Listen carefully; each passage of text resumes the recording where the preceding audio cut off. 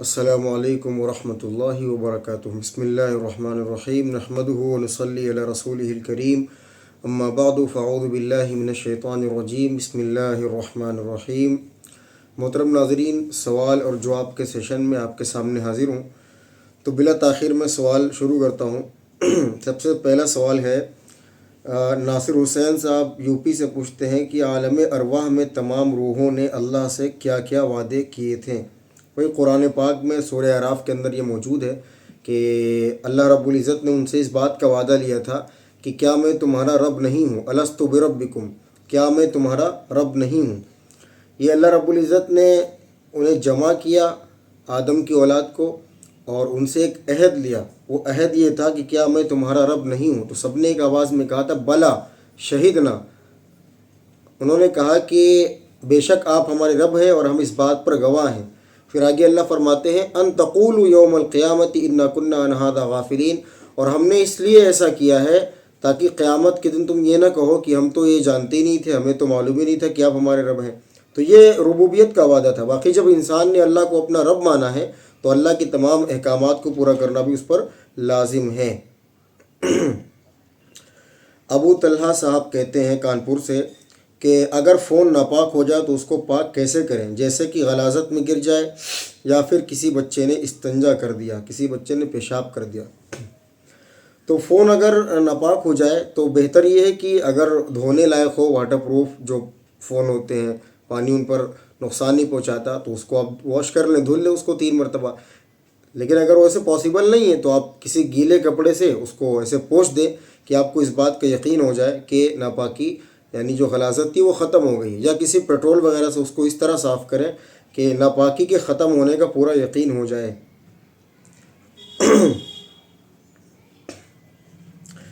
یہ دانش انصاری صاحب امروہہ سے کہتے ہیں کہ جمعہ کے دن خطبے کے دوران کس طرح بیٹھنا سنت ہے؟ قرآن اور حدیث کی روشنی میں رہنمائی فرمائیے۔ بھائی دیکھیں، جمعہ کے دن جو خطبے کے دوران بیٹھنے کا جو طریقہ ہے یہ واضح طور پر تو کسی حدیث میں نہیں ہے کہ اس طرح بیٹھا جائے، لیکن خطبے کا تقاضا یہ ہے کہ ادب کے دائرے میں بیٹھا جائے۔ تو ادب کا دائرہ جس اعتبار سے ہو آپ کے لیے وہ بہتر ہے۔ البتہ کچھ چیزیں ایسی ہیں کہ جن کی وجہ سے انسان کے اندر بے توجہی اور سستی اور نیند وغیرہ آتی ہے، جیسے حضور نے دونوں پیر کو کھڑا کر کے ہاتھ کو یا کسی رومال وغیرہ کو باندھ کر کے بیٹھنے سے منع کیا ہے، یا اس طرح آپ جو بیٹھتے ہیں لوگ تو اس طرح بھی بیٹھنے سے نیند آتی ہے، یا اور کسی ایسی حالت جس سے سستی اور بے توجہی کا ثبوت ہو تو اس طرح بیٹھنے سے منع کیا گیا ہے۔ تو یہ حالتیں تو مکروہ ہیں، لیکن اگر ادب کے تقاضے کو پورا کرتے ہوئے اگر کسی حیت پر بیٹھا جائے تو جائز ہے۔ 2 زانو بیٹھنا یا اس کو سنت سمجھنا یہ ضروری نہیں ہے، لیکن بہتر یہ ہے کہ اس طرح بیٹھ لیا جائے۔ باقی کوئی پالتی مار کر کے بیٹھتا ہے تو بھی جائز ہے۔ تو بہرحال کوئی واضح طریقہ یہاں پر موجود نہیں ہے، لیکن ادباً یہ اس کا تقاضا ہے کہ جو ہے تمیز سے بیٹھا جائے، جس طرح نماز میں بیٹھتے ہیں یا جس طرح کسی بڑے کی مجلس میں بیٹھتے ہیں۔ نماز کے بعد پڑھی جانے والی دعائیں لکھ کر پوسٹ کر دیں، انشاءاللہ کر دیں گے۔ باقی یہ ہے کہ نماز کے بعد حضور کی عادت تھی اللہم انت السلام ومنک السلام تبارکت یا ذا الجلال والاکرام، اور اسی طریقے سے سبحان اللہ، الحمدللہ، اللہ اکبر کا جو ورد ہے 100 مرتبہ، اور اسی طریقے سے آیت الکرسی کی بھی فضیلت احادیث کے اندر آئی ہے فرض نماز کے بعد پڑھنے کی۔ باقی اب جو پڑھیں کم ہے، جتنا پڑھیں گے فائدہ ہی ہوگا۔ پوچھتے ہیں کہ امام ابن تیمیہ رحمۃ اللہ علیہ فرماتے ہیں کہ اگر دنیا میں کسی لڑکی سے محبت ہو گئی اور کسی سبب اسے شادی نہ کر سکا تو اگر اس کے حق مہر کے عوض رقم صدقہ کر دے تو اللہ سے اس کو مانگ لے تو وہ آخرت میں اس کی بیوی بن جائے، تو اللہ سے یہ امید ہے کہ اس کی دعا قبول فرمائیں گے۔ اور دنیا میں جو حرام ہے تو ضروری نہیں کہ آخرت میں بھی حرام ہو، اور آخرت میں 4 سے زیادہ نکاح کر سکتے ہیں۔ الفتاوی الکبریٰ لابن تیمیہ۔ بھائی دیکھیں، یہ پہلی بات تو یہ ہے کہ یہ ابن تیمیہ رحمۃ اللہ علیہ کا قول ہے بھی کہ نہیں ہے، اس بارے میں مجھے علم نہیں ہے۔ دوسری بات یہ ہے کہ میں تو اس سے کم از کم اتفاق نہیں کرتا۔ پہلی بات تو نکاح سے پہلے محبت کو جائز ہی نہیں قرار دیا گیا ہے۔ محبت کب ہوتی ہے؟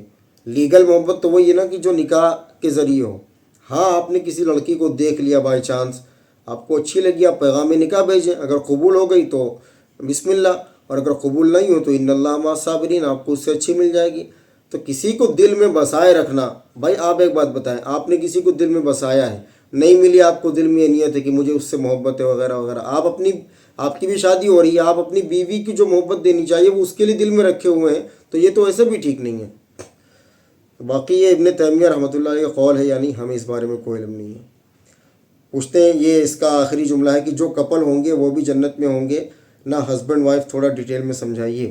باقی حضور نے فرمایا کہ تم اپنی بیویوں کے ساتھ میں جنت میں ہوگے، تو کسی کی بیوی وہ کہیں اور بنی ہوگی تو اس کو اس سے چھین کر اللہ آپ کو دے گا، تو ان چکروں میں نہیں پڑنا چاہیے، بس نکاح کرو اور محبت کرو، بس کافی اتنا۔ اب بھیا دوسری سے کر کے دیکھو، پہلی والی نہ بھولے تو جو کہو میں خود تم سے ہار جاؤں گا۔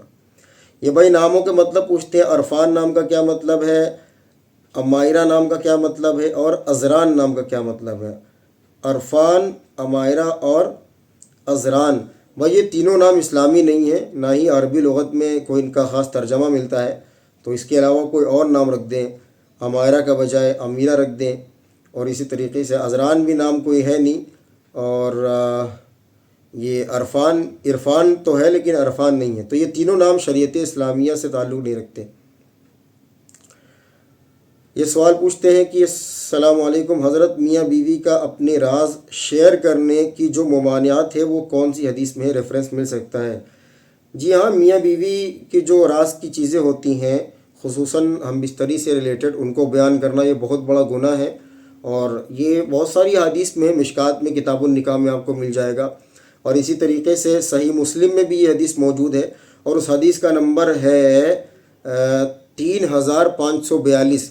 یہ آپ جا کر کے آپ کتاب کے اندر دیکھ لیں، یا جو بھی آپ جہاں پڑھتے ہیں تو مسلم میں یہ حدیث موجود ہے، اور بڑی سخت اس کی جو ہے ممانعت کی گئی ہے۔ حضور نے فرمایا کہ یعنی وہ اللہ کے نزدیک بدبخت ہے وہ انسان جو بیوی شوہر کی، یا شوہر بیوی کی جو راز کی باتیں اپنے دوستوں کو بتاتے ہیں،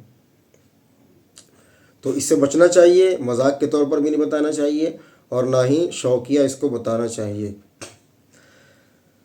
پوچھتے ہیں السلام علیکم حضرت، my name is Mohammad Arbaz, I am from district Hapur, Uttar Pradesh. حضرت my question is that when we were young clicking pictures watching T V etc was considered haram, but now every scholar has created his on YouTube channel, so how has this become legal now؟ بھائی بہت اچھا سوال کیا ہے، زبردست قسم کا سوال کیا، بلکہ آپ نے میرا کام آسان کر دیا۔ میں کئی دن سے سوچ رہا تھا کہ اس عنوان پر میں ایک ویڈیو بناؤں، لیکن آپ کو پتہ ہے کہ میں کتنا ان کاموں میں پیچھے ہوں۔ اب جو سوال اگر آپ نہ کرتے تو میں بھی اور یہ یوٹیوب پر کچھ کام بھی نہیں کرتا، تو میں بہت دن سے سوچ رہا تھا کہ اس عنوان پر ویڈیو بناؤں۔ میں نے کافی سارے سوالات دیکھے فیس بک پر اور بھی تمام سوشل سائٹس پر دیکھے کہ اس طرح کے سوالات کیے جاتے ہیں، تنقید کی جاتی ہے، تو میں سوچ رہا تھا کہ ایک مستقل ویڈیو اس پر بنا دوں، لیکن چونکہ آپ نے اب یہ سوال کر ہی لیا ہے تو اب میں اس کا جواب دے دیتا ہوں۔ پہلے سوال آپ کو سنا ہی دیتا ہوں، آپ کو ناظرین کے لیے، آپ اردو میں اس کو سن لیں۔ بھائی یہ سوال کرتے ہیں کہ بچپن سے ہم سنتے تھے کہ یہ فوٹوگرافی، پکچرز کلک کرنا یا ٹی وی وغیرہ دیکھنا یہ حرام ہے، اور اس وقت کی جو علماء ہیں، جو اسکالرز ہیں، ہر ایک نے یوٹیوب پر چینل بنا رکھا ہے، تو پہلے اگر یہ حرام تھا تو اب یہ حلال کیسے ہو گیا؟ یہ حضرت کا سوال ہے، تو میں اس کا جواب مختصراً دیے دیتا ہوں۔ دیکھیں حضرت ارباز صاحب، مسئلہ یہ ہے کہ جو پہلے حرام کہتے تھے وہ آج بھی حرام کہتے ہیں۔ جو آپ نے یہ لکھا ہے کہ every scholar has created his on YouTube channel, تو تمام اسکالرز تو یوٹیوب پر نہیں ہے نا۔ ابھی آپ دیکھیں دیوبند کے جتنے بھی بڑے بڑے اکابر ہیں ان میں سے کسی کا بھی یوٹیوب چینل نہیں ہے، ندوہ کے جتنے بھی بڑے بڑے اسکالر ہیں اس میں سے کسی کا یوٹیوب چینل نہیں ہے، اور اسی طریقے سے جو ہندوستان میں کے بڑے بڑے مدارس ہیں ان میں کسی کا آفیشیل یوٹیوب چینل نہیں ہے جو آ کر کے میری طرح وہ بیان کرتے ہوں۔ اب میں اس کو تھوڑا ڈیٹیل میں سمجھاتا ہوں۔ آپ نے لکھا کہ پہلے یہ چیزیں حرام تھیں تو آج لیگل کیسے ہو گئیں؟ دیکھیں، جو پہلے حرام تھی وہ آج بھی حرام ہے۔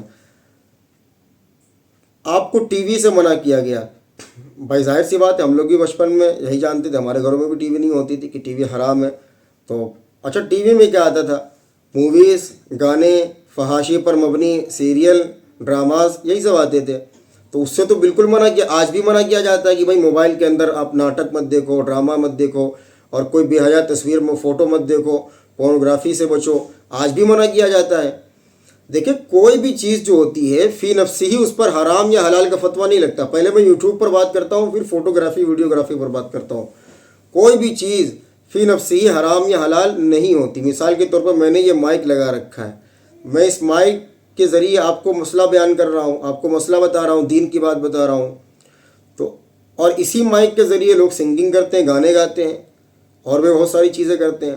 تو اگر کوئی بندہ سنگنگ کرتا ہے، کوئی بندہ اس مائک کے ذریعے گانا گاتا ہے، تو ہم اس مائک کو نہیں حرام کہیں گے، ہم اس کے گانے کو حرام کہیں گے کہ بھائی تم جو گانا گا رہے ہو یہ جو ہے ناجائز ہے، اور یہ جو ہے اس سے فحاشی پھیلتی ہے، جو بھی اس کے نقصانات ہیں. تو ہم مائک پر فتویٰ نہیں لگائیں گے، ہم اس کے گانے پر فتویٰ لگائیں گے. تو یوٹیوب پر اگر مولوی حضرات ہیں، پہلے منع تھا اب جائز ہے، تو مولوی حضرات یوٹیوب پر بیٹھ کے گانا تو نہیں گا رہے، مووی تو نہیں بنا کر کے دکھا رہے ہیں، ڈرامہ تو بنا کر کے نہیں دکھا رہے ہیں، وہ آپ کو دین کی بات بتا رہے ہیں.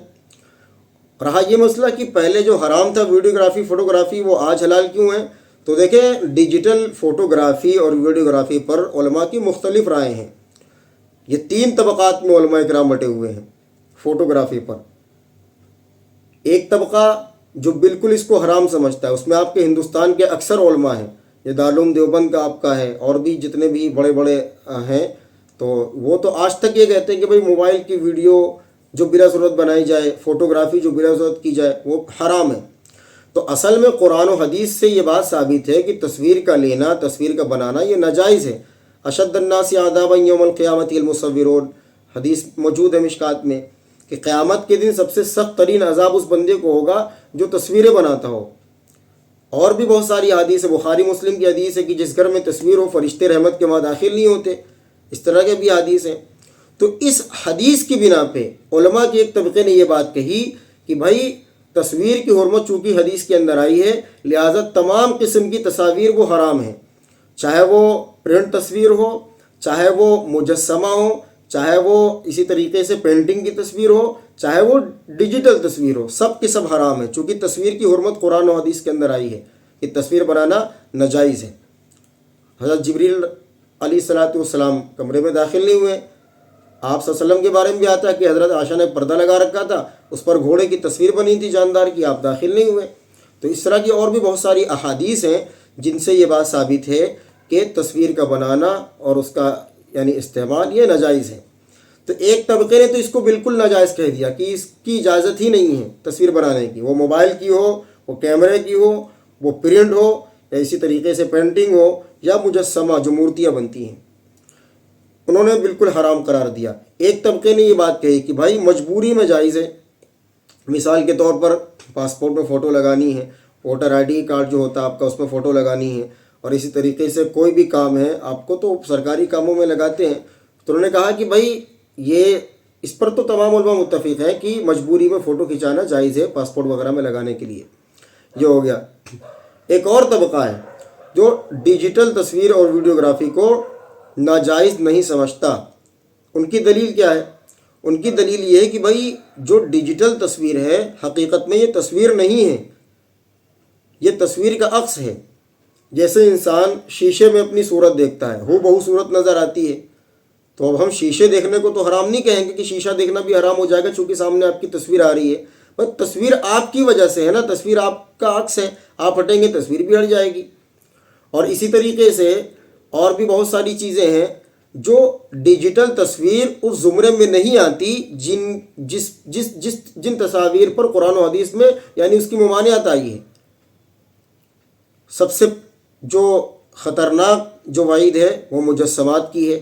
انسان مورتیوں کو بناتا ہے، اور تصویر کی اسٹارٹنگ اس چیز سے ہوئی تھی. لوگوں نے اپنے بزرگوں کے مجسمے بنائے، یاد کرتے تھے ان کو، شیطان نے ان کو پٹی پڑھائی کہ ان کی ایک تصویر بنا لو، ایک مجسمہ بنا لو، ان کو تم دیکھ کر کے ان کو یاد کرتے رہنا.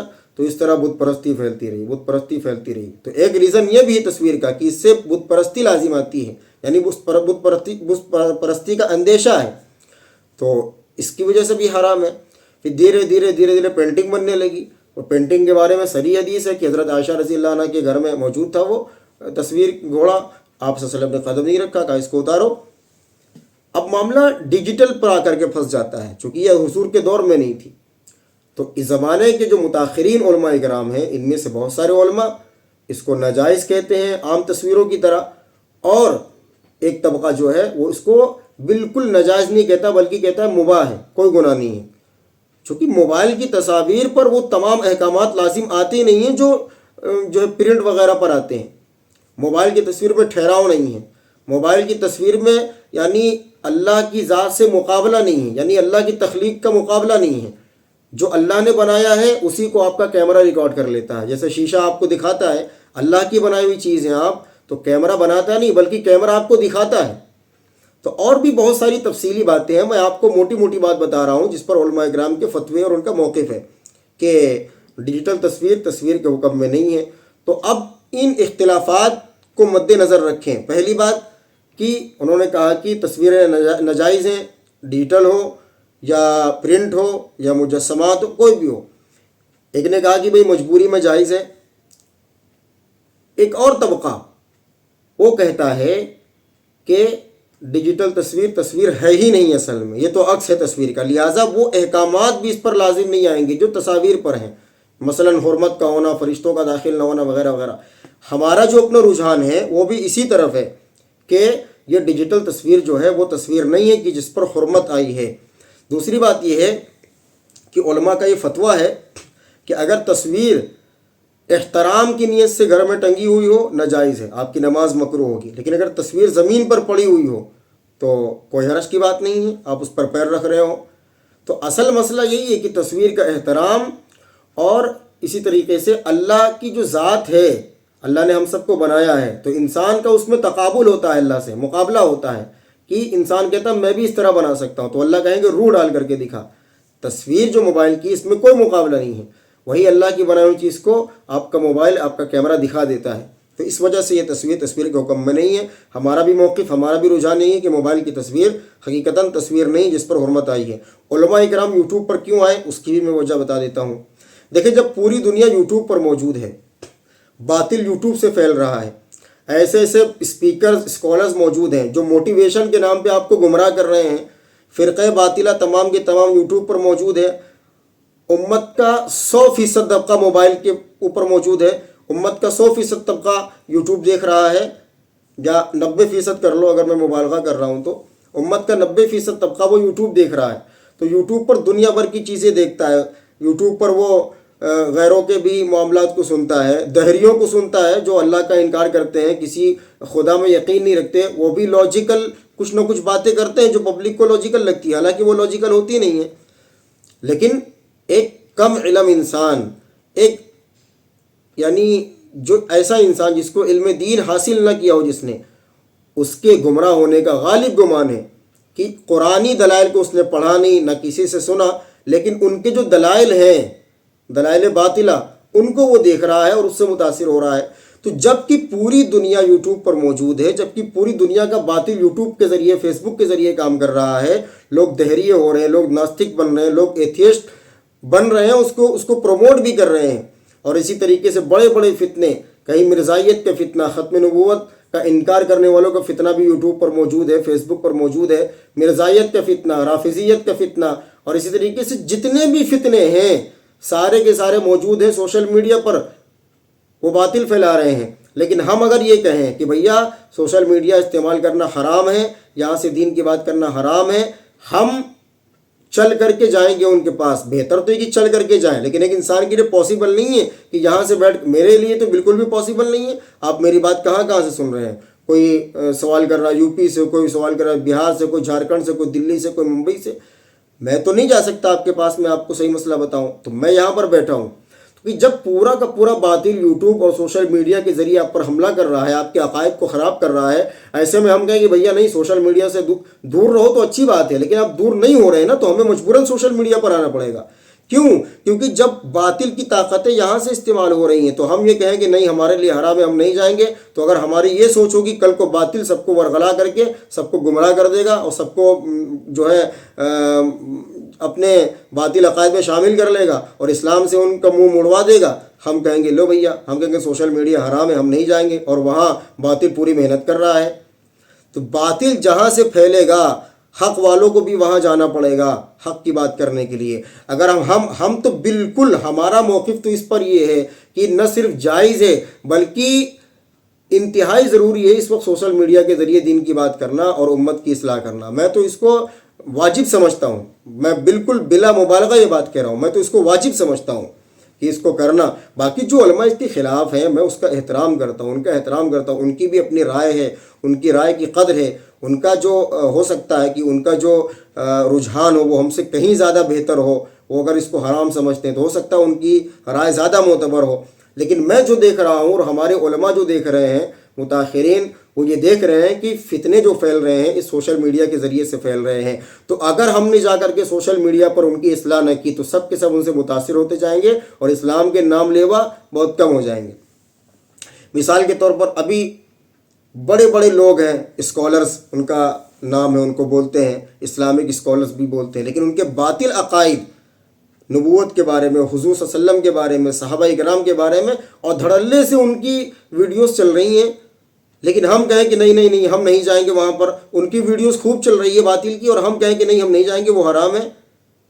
تو بھائی میرا کم از کم رجحان یہ ہے کہ اس میں گھسنا پڑے گا, جانا پڑے گا. دوسری بات, بھائی علماء کرام جو آئے ہیں یوٹیوب پر یہ اپنی خواہش پر نہیں آئے ہیں, آپ لے کر کے آئے ہیں. آپ نے خود لکھا کہ ٹی وی کو منع کیا جاتا تھا, بھائی آپ نے ٹی وی دیکھنا نہیں چھوڑا تو ہمیں ٹی وی پر آنا پڑا کہ چلو آپ ہماری بات مسجد میں آ کر کے نہیں سن رہے ہیں تو ہم خود ٹی وی پر آپ کو آ کر کے بات سنائیں گے.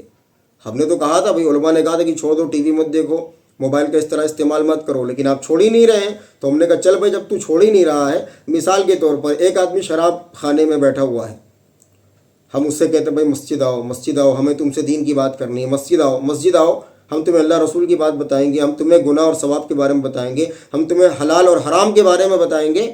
ہم اس کو بلا رہے ہیں اور ہم منع بھی کر رہے ہیں کہ بھائی آپ مت جائیے, آپ شراب خانے پر مت جائیے, آپ مے خانے پر مت جائیے, آپ مسجد آئیے. لیکن وہ آ ہی نہیں رہا بندہ, تو ہم کیا کریں گے, اس کو اس کے حال پر چھوڑ دیں گے, ہم اس سے دین کی بات نہیں کریں گے.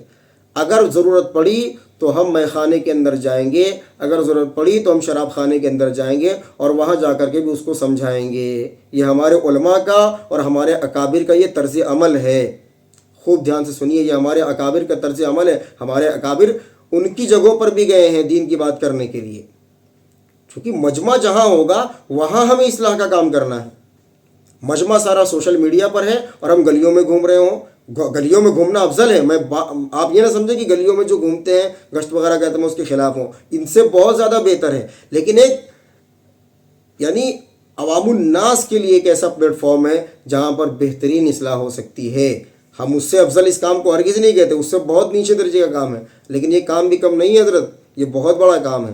تو اس وقت جو سوشل میڈیا پر آنا نہ صرف جائز ہے میرے نزدیک, بلکہ میرے لیے تو میں واجب کے درجے میں اس کو سمجھتا ہوں کہ اگر ہم نے بات نہ کی تو بہت بڑی گمراہی اور بہت بڑی تباہی آئے گی اور ارتداد کا بہت بڑا ریلا چلے گا. ہم تو اس کو واجب سمجھتے ہیں. تو اس لیے حضرت جی ایسی بات نہیں ہے. بہرحال تصویر کا معاملہ میں نے کلیئر کر دیا ہے, میں نے علماء کے اختلافات آپ کو بتا دیے ہیں, میں نے اپنی رائے بھی جو ٹوٹی, میری کیا رائے ہے, علماء کی رائے ہے. علماء عرب ہیں اور بھی اسی طریقے سے بہت سارے علماء, ہند کی بھی علماء ہیں, پاک کے بھی علماء ہیں, تو بر صغیر کے بھی ہیں, ایشیا کے بھی ہیں اور پوری دنیا کے علماء ہیں. بلکہ امت کا 90% طبقہ تو ڈیجیٹل تصویر کو تصویر مانتا ہی نہیں ہے, ان کے نزدیک تصویر ناجائز ہے. لیکن ہم یہ کہتے ہیں کہ شدید نہیں, اشد ضرورت ہے کہ آپ سوشل میڈیا کے ذریعے دین کی بات کریں. اگر نہیں کریں گے تو وہ لے جائیں گے آپ کے لوگوں کو, آپ خالی ہاتھ بیٹھے رہیں گے. وہی مسجد میں 4-6-10 نمازی جو آئیں گے آپ کے پاس میں, بھائی بات سننا کون پسند کر رہا ہے آج کل؟ یہ گمراہی کا دور ہے, یہ ارتداد کا دور ہے, یہ قرب قیامت کا دور ہے. آپ کی بات نہیں سنیں گے, چند لوگ آئیں گے رغبت کے ساتھ میں, لیکن آپ کو ان کے پاس جانا پڑے گا. تو بہتر تو یہی ہے کہ آپ چل کر کے جائیں, لیکن میں آپ کے پاس نہیں آ سکتا. آپ نے پتہ نہیں کہاں سے سوال, آپ نے ہاپوڑ سے سوال کیا ہے, ہاپوڑ یہاں سے 500-600 کلومیٹر دور ہے, میں نہیں آ سکتا. نہ میرے پاس وسائل ہیں, نہ میرے پاس اتنا وقت ہے, چونکہ یہاں ہی کام اتنا زیادہ ہے. تو اب میں آپ کو اگر سوشل میڈیا کے ذریعے دین کی بات نہیں بتاؤں گا تو کیسے بتاؤں آپ کو؟ بتاؤ, سارا باطل سوشل میڈیا پر کام کریں, معراج مرزا کہیں کہ نہیں یہ حرام ہے, دور رہو, مسجد میں بیٹھ کر کے تسبیح پڑھو, یہ نہیں ہو سکتا. کام وہی ہوگا جہاں سے باطل پھیل رہا ہے, جہاں سے باطل پھیل رہا ہے وہیں سے ہم حق پھیلائیں گے. تو اگر باطل طبقات اس پر جمع ہو کر کے گمراہی پھیلا رہے ہیں تو ہم جا کر کے وہاں حق کی صدا بلند کریں گے. اور الحمدللہ ثم الحمدللہ, میں بہت, میری کوئی حیثیت نہیں ہے, میں تو گناہوں کا پتلا ہوں, میں سب کچھ مانتا ہوں, لیکن اس کے باوجود الحمدللہ سوشل میڈیا پر ہم نے کام کیا, اس کا بڑے اثرات اچھے ہیں. کافی لوگ ہیں جو متاثر بھی ہوئے ہیں اور توبہ بھی کی ہے، اور بہت سارے لوگ نے گناہوں کو چھوڑا ہے۔ کچھ لوگ ایسے ہوتے ہیں جو صرف بے حیائی کی پوسٹ کرتے ہیں، صرف الٹی سیدھی پوسٹیں کرتے ہیں، کبھی کوئی گندی ویڈیوز، کبھی اوریانیت پر مبنی تصویریں۔ ہم نے ان کو سمجھایا، الحمدللہ انہوں نے چھوڑ دی، اور نہ صرف چھوڑی ہے بلکہ اور لوگوں کو بھی یہ ترغیب دیتے ہیں۔ میں بہت بڑا طبقہ، میں کیا کہوں کہ میری کیا حیثیت ہے، یہ تو اللہ کا فضل ہے، تو اللہ جس سے چاہے کام لے سکتا ہے۔ تو اس وقت سوشل میڈیا پر آنا نہ صرف جائز ہے بلکہ انتہائی ضروری ہے میرے نزدیک۔ تو یہ مسئلہ تو بہرحال انشاءاللہ کلیئر ہو جانا چاہیے۔ اللہ تعالی ہم سب کو سمجھنے کی اور